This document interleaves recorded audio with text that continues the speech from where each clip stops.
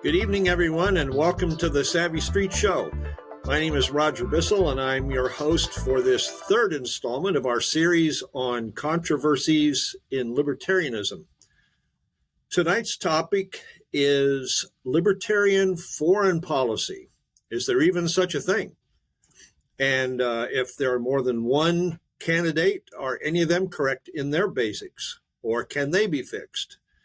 So, again, here to explore this topic are my two guests, the eminent economist and libertarian theorist and author of the series Defending the Undefendable, Walter Block. Welcome to the show, Walter. Thanks for having me. It's always a pleasure. It's a pleasure for us too, Walter. Good to have you. And second, we have my friend and frequent co-host, a novelist and screenwriter and editor of The Savvy Street, and co-author with me of Modernizing Aristotle's Ethics, Vinay Kolhatkar. Welcome to the show, Vinay. Thank you for having me. Well, we're going to just plunge right in. The first question is rather open-ended, just to kind of warm up with. Does a nation state, such as the United States, have rights or obligations or any kind of moral principles that it needs to act according to? Walter, let's have you begin, if you would. Well, I guess I'm torn on this because I wear two hats. On the one hand, I wear an anarcho-capitalist hat. And on the other hand, I wear a moderate libertarian hat. Call it minarchism or classical liberalism or something like that. Now, for the anarcho-capitalist hat, paradoxically, we're not against government. We just want everyone to have one. So from the anarcho-capitalist point of view, the optimal number of governments is about 8 billion because there are 8 billion people here, and everyone should have one. Be the first on your block to have a government, and everyone should get one. And then my government should be nice to your government, Roger, and nice to your government, Vinay. And we should all follow the non-aggression principle, and we should all cooperate with each other. We don't have to like each other, but we got to keep our mitts off of each other unless we agree to put our mitts on each other, like in a voluntary boxing match or something like that. So the foreign policy of me should be the same as the foreign policy of you guys, and that is to adhere to the non-aggression principle and uphold private property rights based on homestead. And as Robert Nozick would then say, on anything subsequent, like voluntary trade.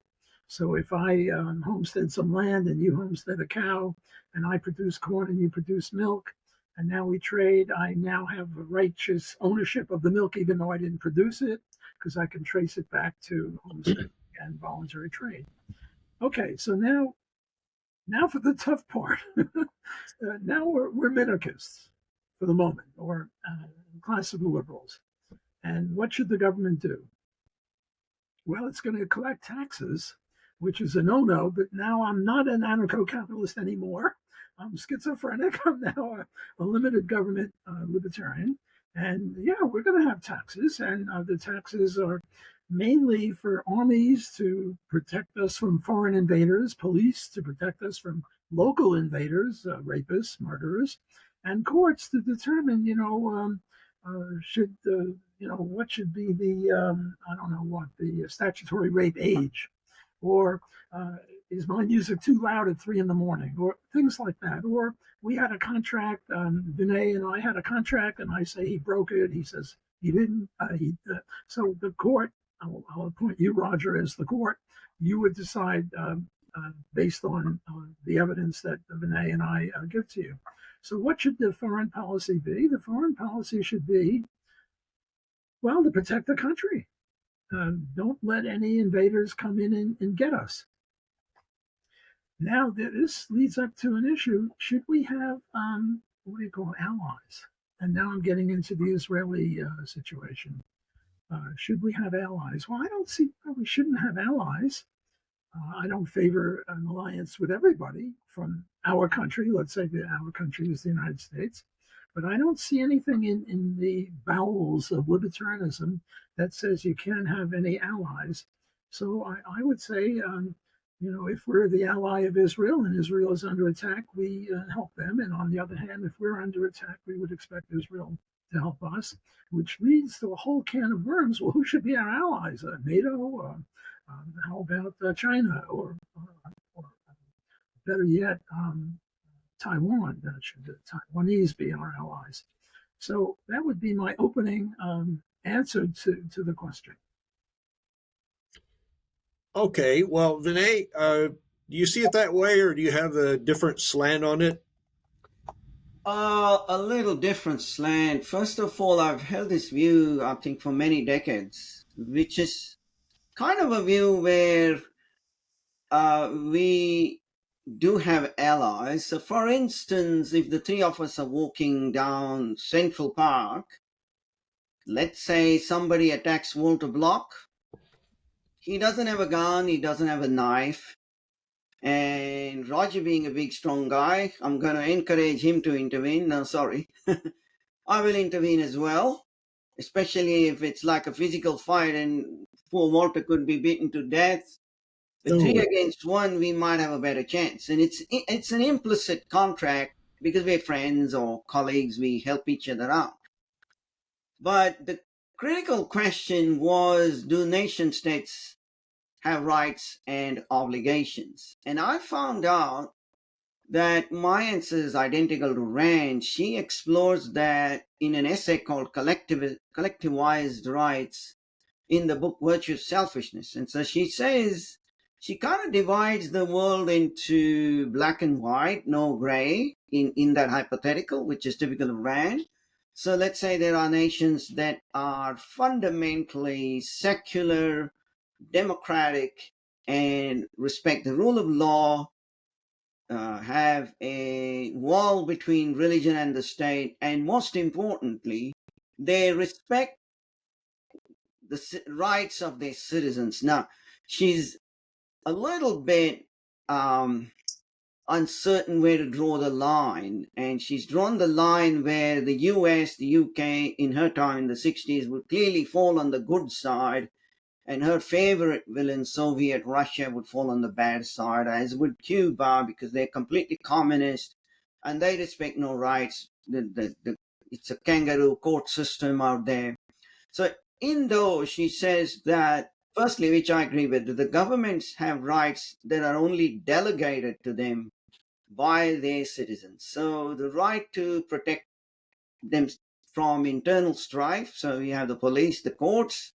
But in this situation, you have the right, clearly, and an obligation to protect the citizens from outside threats. But what if the threat isn't imminent to the United States itself, taking the US as an example? And this is a statement I completely agree with.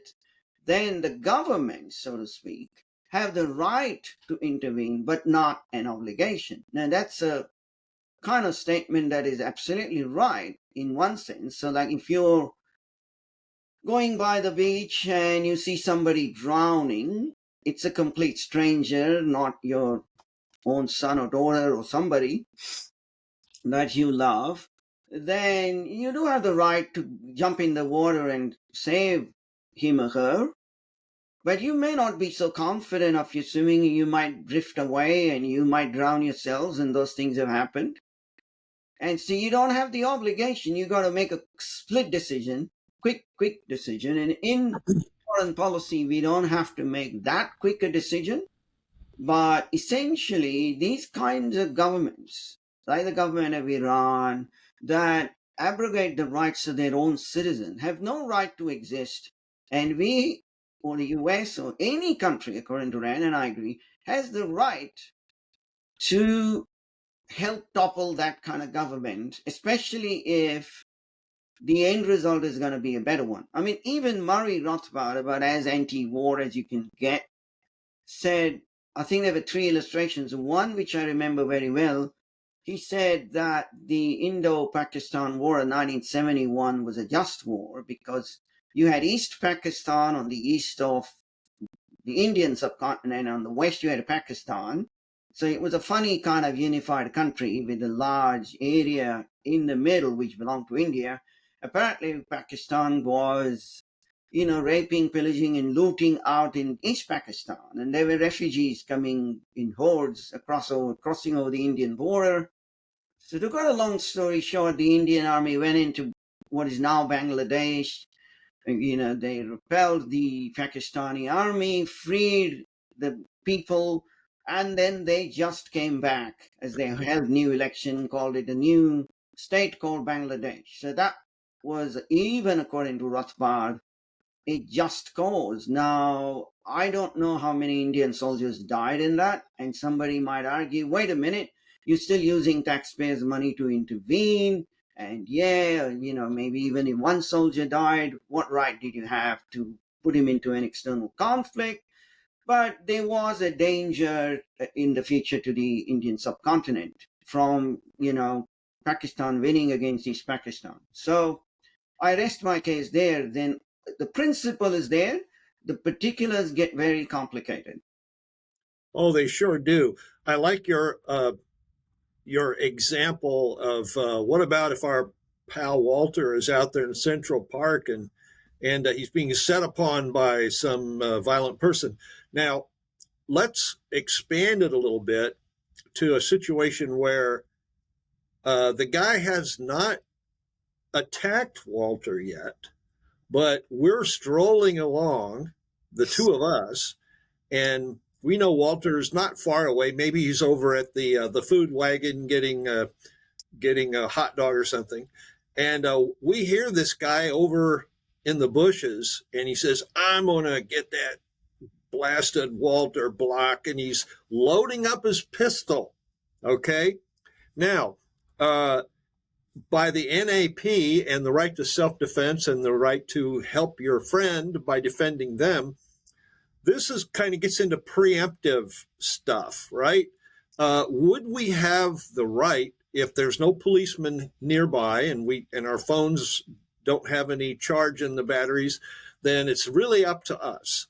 And do we have the right to go and apprehend, subdue, disarm this guy, to initiate force against him, or in fact is what he's doing initiating force already, even though he hasn't laid a hand on Walter yet? He's planning and he's loading up his gun. Maybe he's mentally deranged and he's not really going to do anything. He's just hallucinating. But what kind of chance do you take in a situation like that? Do you go after the crazy person? So that's you, Vinay. Go ahead and comment. Well, if the threat is absolutely imminent, we do have the right to intervene. I mean, I'll give you a couple of other examples. One, that even in the libertarian society, you would probably take away the firearms from a person who was paranoid, schizophrenic, had a history of violence, has been in and out of jail, has been warned plenty of times, but can't help himself, and has already shot at a few people. He's not in jail because fortunately his aim was pretty bad and he ended up injuring people in the leg or the arm. Hasn't killed anyone simply because he's not as good as a shot, but he keeps doing this. And even a libertarian society would take away his firearms.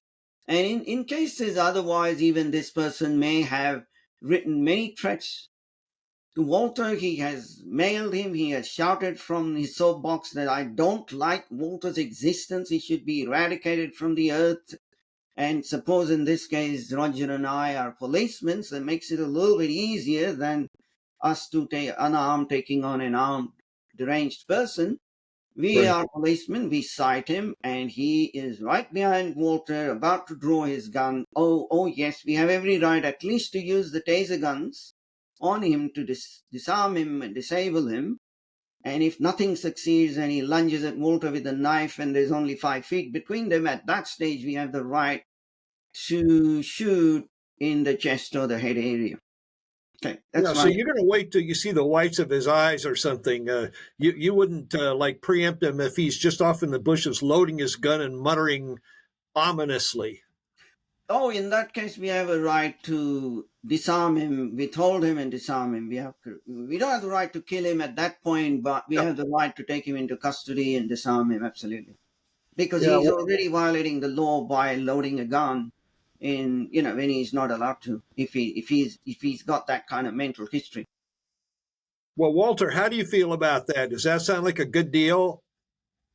Well, I guess there are really two issues here. One, does the cop have we all have a right to stop this bad guy, but Yep. does the cop have an obligation?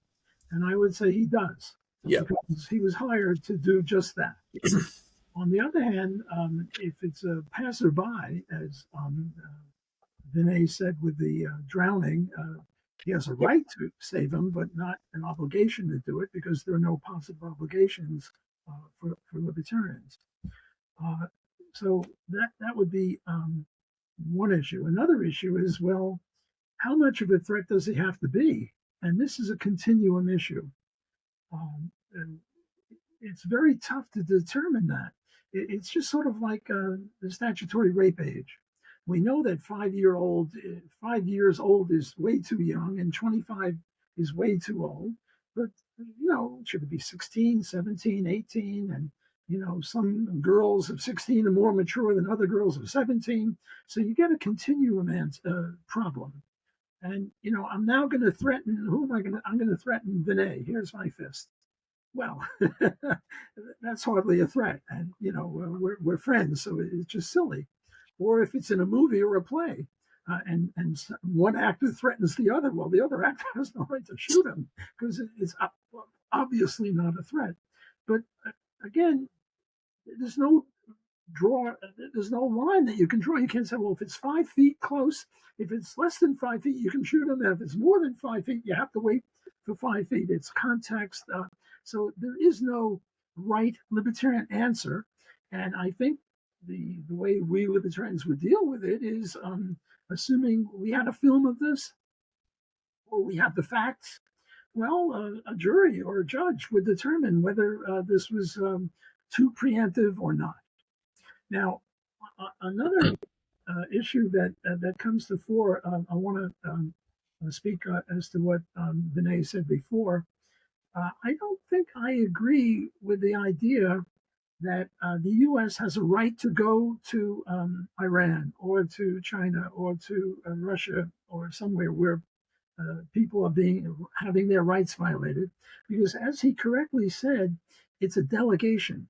The only right that the government has is one that is delegated by us. Now, I assume under limited government libertarianism that we delegated the government to protect us, not to go around protecting the whole world. The U.S. is not the policeman of the world. On the other hand, there is this case in the Spanish Civil War where a whole bunch of people formed a Lincoln Brigade, which was just private individuals who went over to Spain and fought against fascism. I'm not sure they were on the right side, because it was fascism versus communism.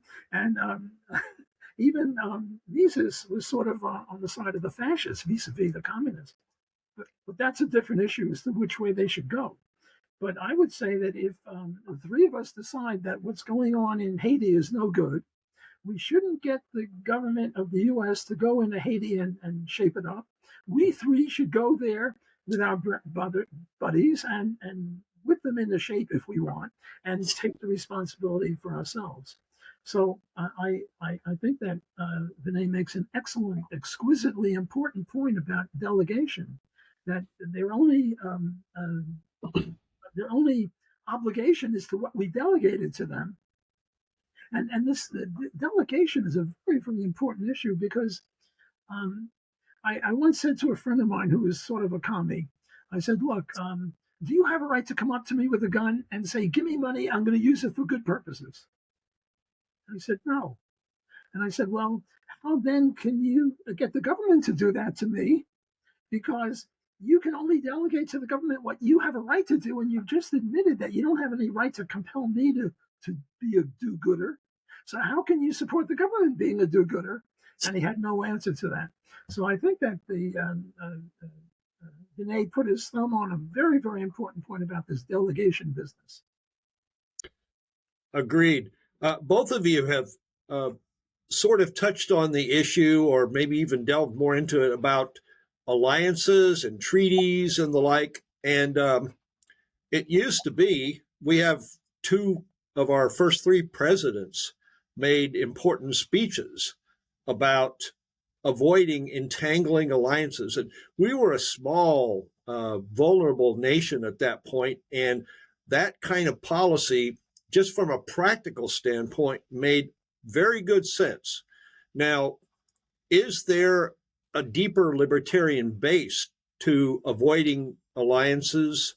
Or is it more a matter of, well, we are on our own 2 feet now, we're powerful, self-supporting, we're not worried about being snuffed out by France or whoever?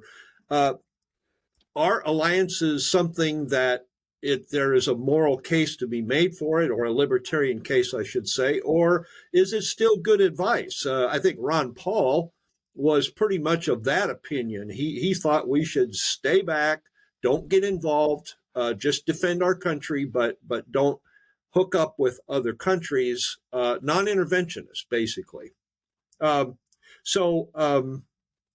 Walter, what do you think about that? Well, I'm a big fan of Ron Paul. He and Murray Rothbard are two leaders, if I could put them in that category. Right. But I have to respectfully disagree with him on this. From a practical matter, it all depends upon whether the alliance will help us or hurt us.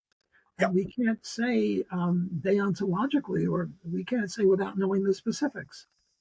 The big question is not the practical from the libertarian point of view, but the deontological one. Namely, is there something in libertarianism that says no alliances? And I can't think of one. Now, it's a little difficult when you think of it with the government, but let's get back to anarcho-capitalism just for a minute. We can wear two hats. Can I make an alliance with Vinay? And the alliance is that if anyone attacks you, Vinay, I'll help you, and you reciprocate and help me. Is there something, a violation of the non-aggression principle that I just said? No. Nope.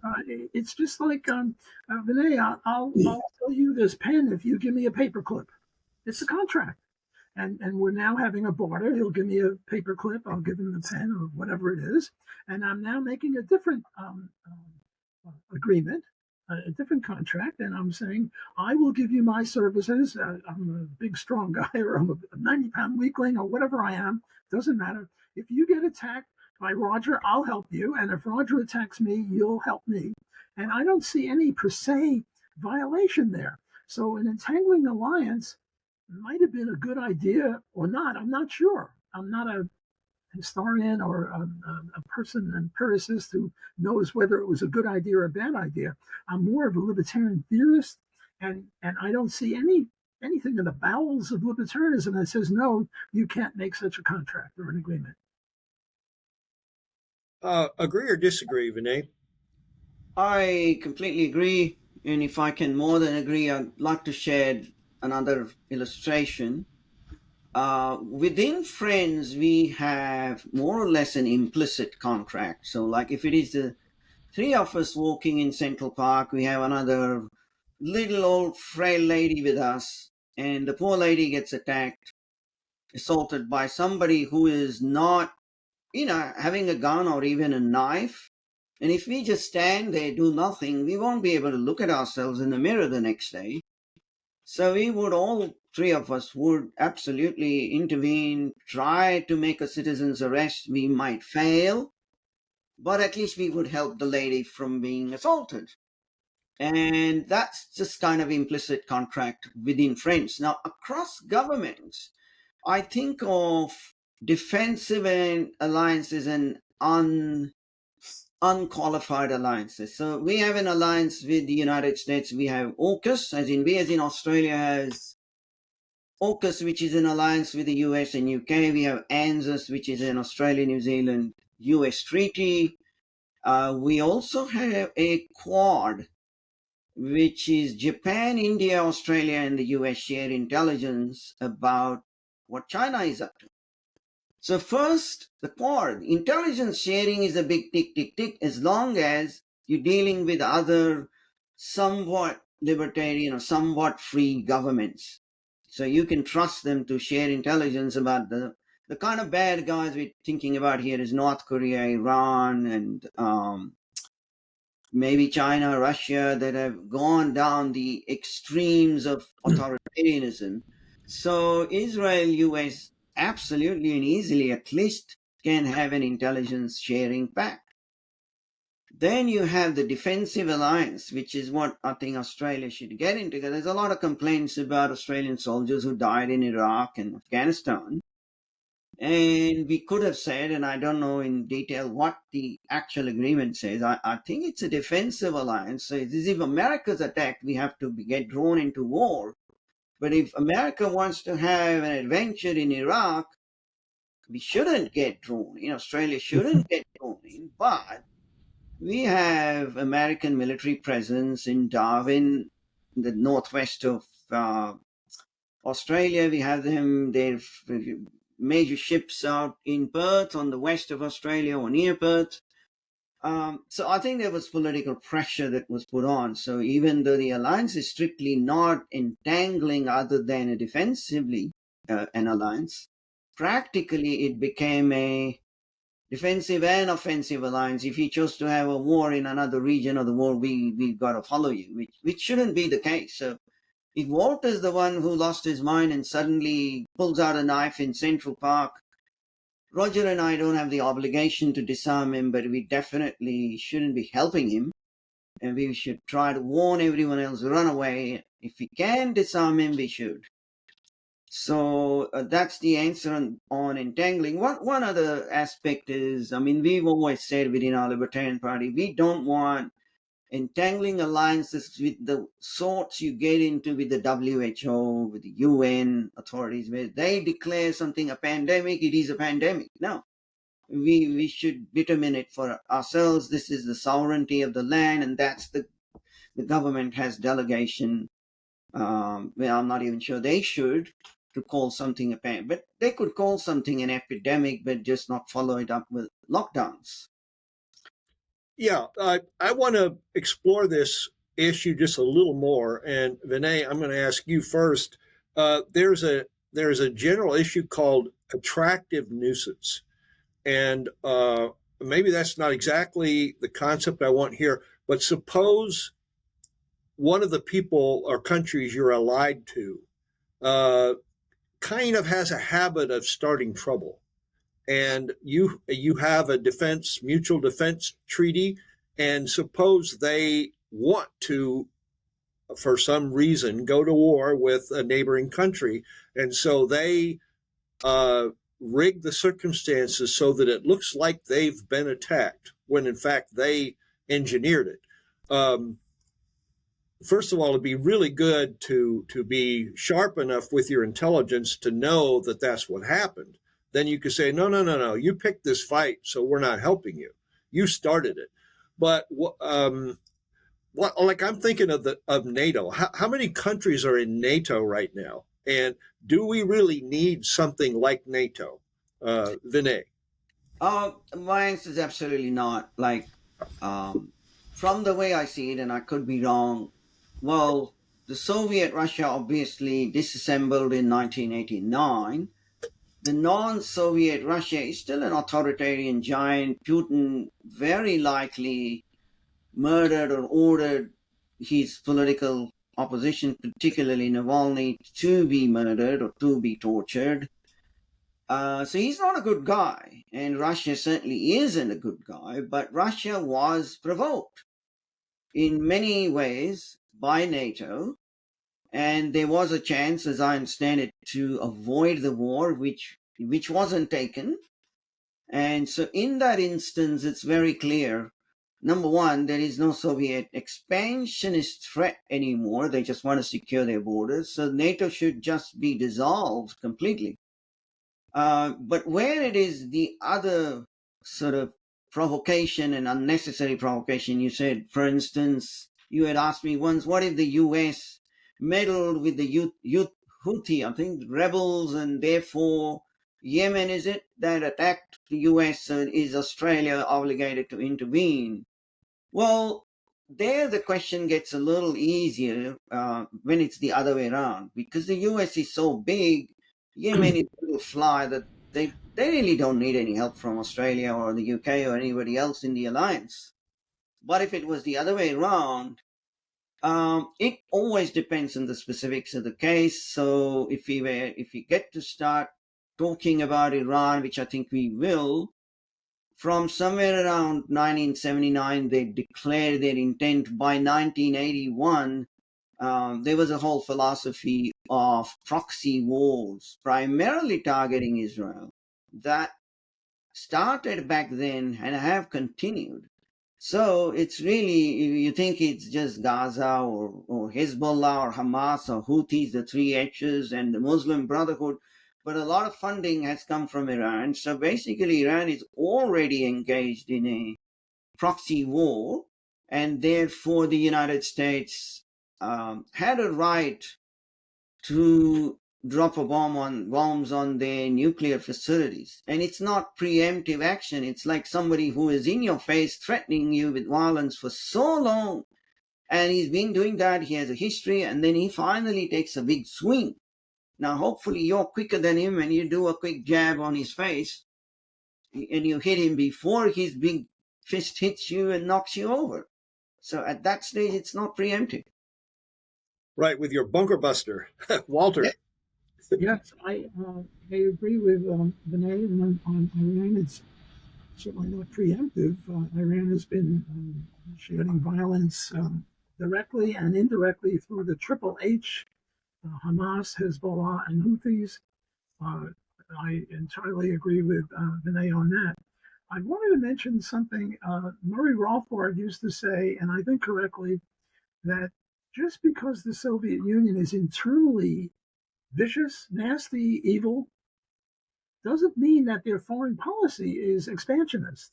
And all too many people deduce from the one to the other.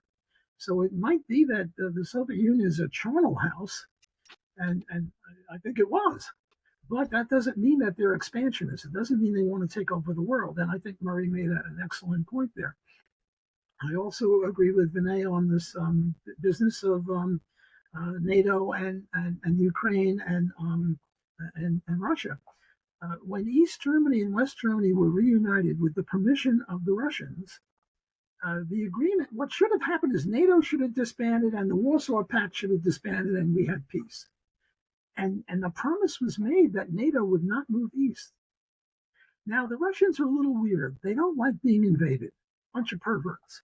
And yet Germany has invaded them several times, and they don't like being invaded, especially by Germany. Well, they don't, if I can put words in their mouth, they don't like being invaded by anyone, but they have a thing about Germany. And also the U.S. has invaded Russia. Russia never invaded the U.S. in the 1917 war. So what happened was NATO broke its promise. NATO kept moving eastward, and Putin kept, the Soviets kept saying, "Hey, that's a red line," and they moved eastward further, and now they're right on the border. Ukraine is right on the border. Now let's get back to what happened in 1962. In 1962, with the Cuban Missile Crisis, the U.S. had 800 foreign military bases all over the place, all surrounding Russia. Russia had nothing. And then they got one in Cuba. And the U.S. went apoplectic. Oh, you can't do that. Well, this is a little not equal. So I think that just because Russia is very bad internally doesn't mean that they're bad externally. And just because the U.S. is pretty damn good internally, certainly compared to Russia, doesn't mean that the U.S. is good foreign policy. No, the U.S. is not good foreign policy. And Murray Rothbard makes a great play on this, points this out. So I would say that we should leave NATO, which gets me to the point about what you said initially, Roger. Suppose you're an ally with a country that keeps getting into fights, and I don't mean defensive fights. Right.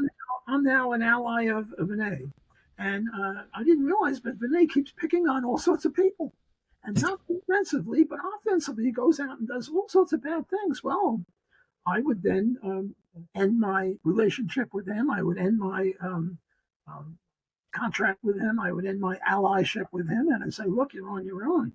I will protect you, Vinay, if you're attacked." But when you start attacking other people, well, then all bets are off. So I think that the Soviet Union or Russia, I mean, I hate to say it, it sounds horrible, but they were in the right. They kept moving eastward, and they promised not to.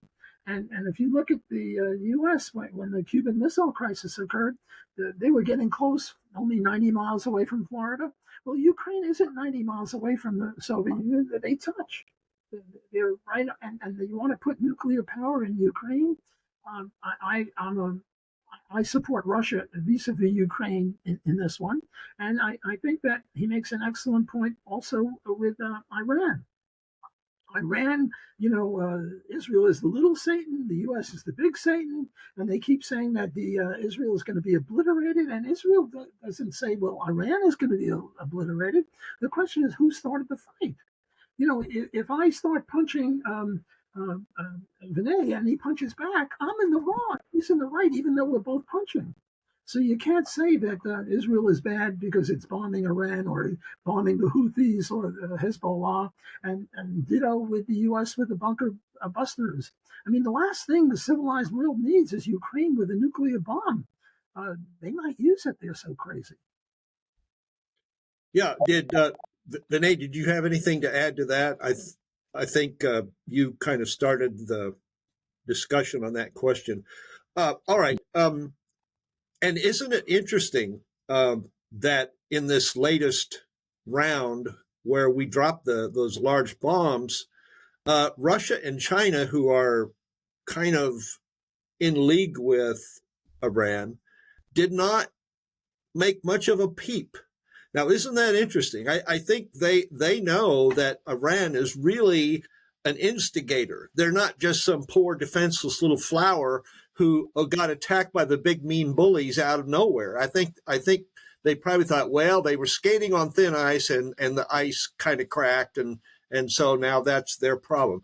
But what you mentioned weaponry, and yeah, the Cuban Missile Crisis, the nuclear weapons 90 miles from America's shores, and worried about Iran getting nuclear weapons. What about nuclear weapons in general?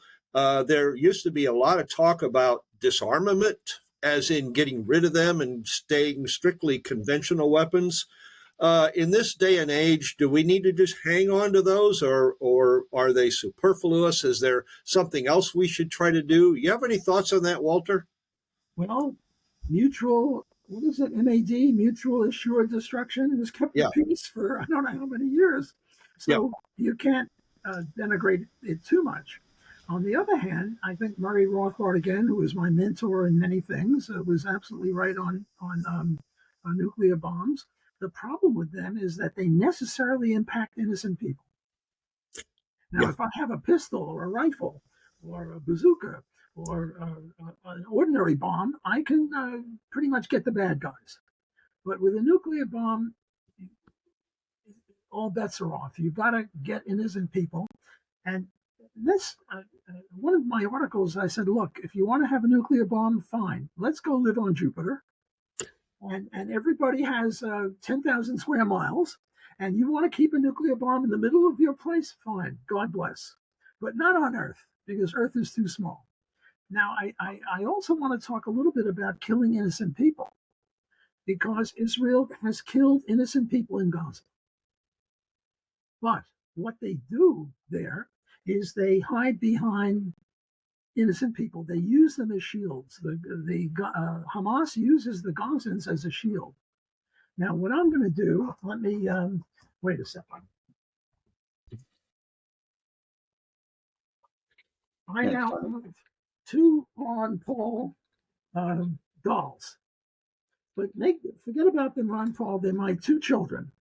They are twin boys of age 2. And now I come in and I strap them to my chest, and I come in with a rifle. Here's my rifle, and I'm going to kill Vinay. And Vinay, I'm sorry, Vinay.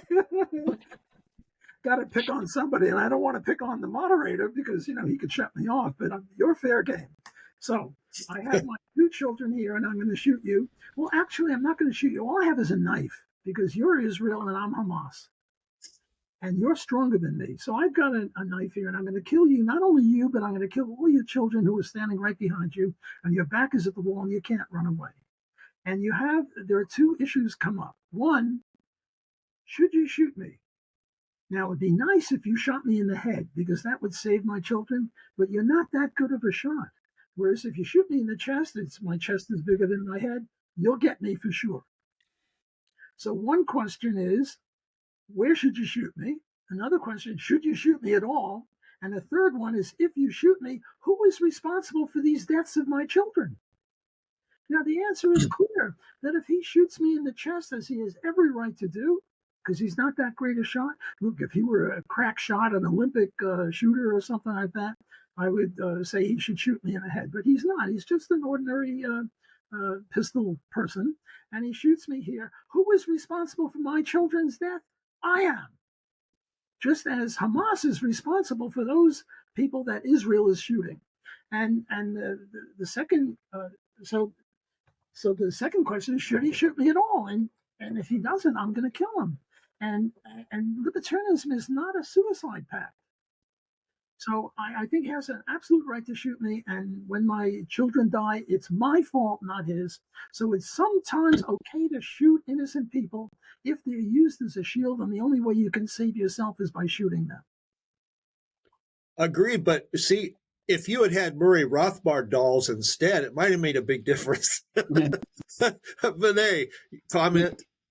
Well, I agree 100% with the analogy and what Walter just said. I fear that Hamas is not just putting their babies in danger, they're doing something worse. I think they would deliberately want tens of thousands of people to die, because then they can go up in heaven and get their 72 virgins or whatever else the women get. I don't know what they get.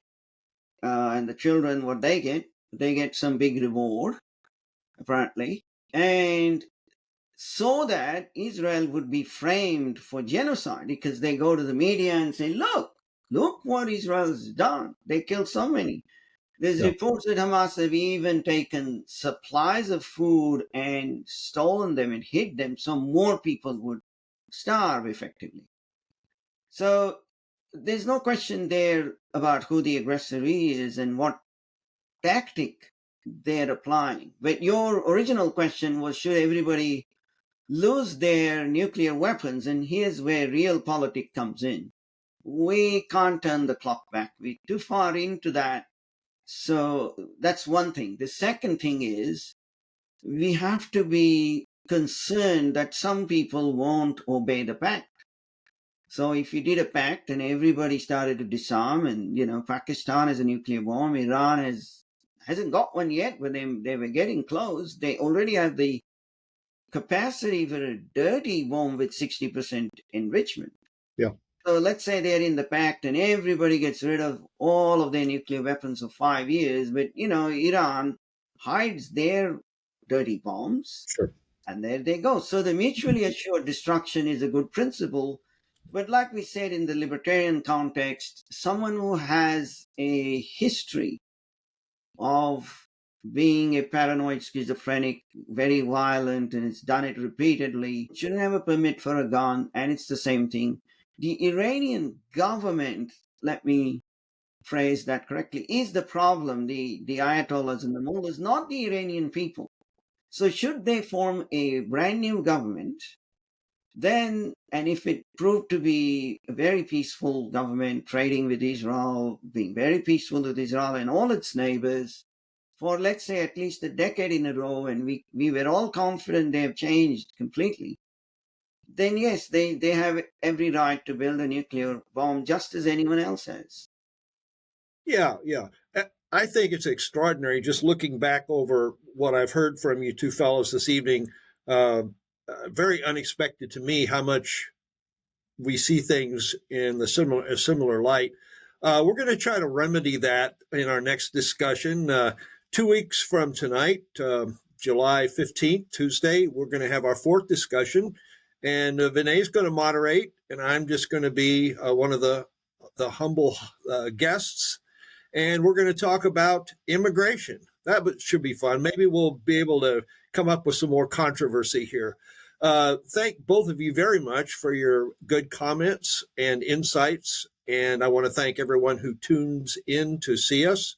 So thank you, everyone, and good night and good luck.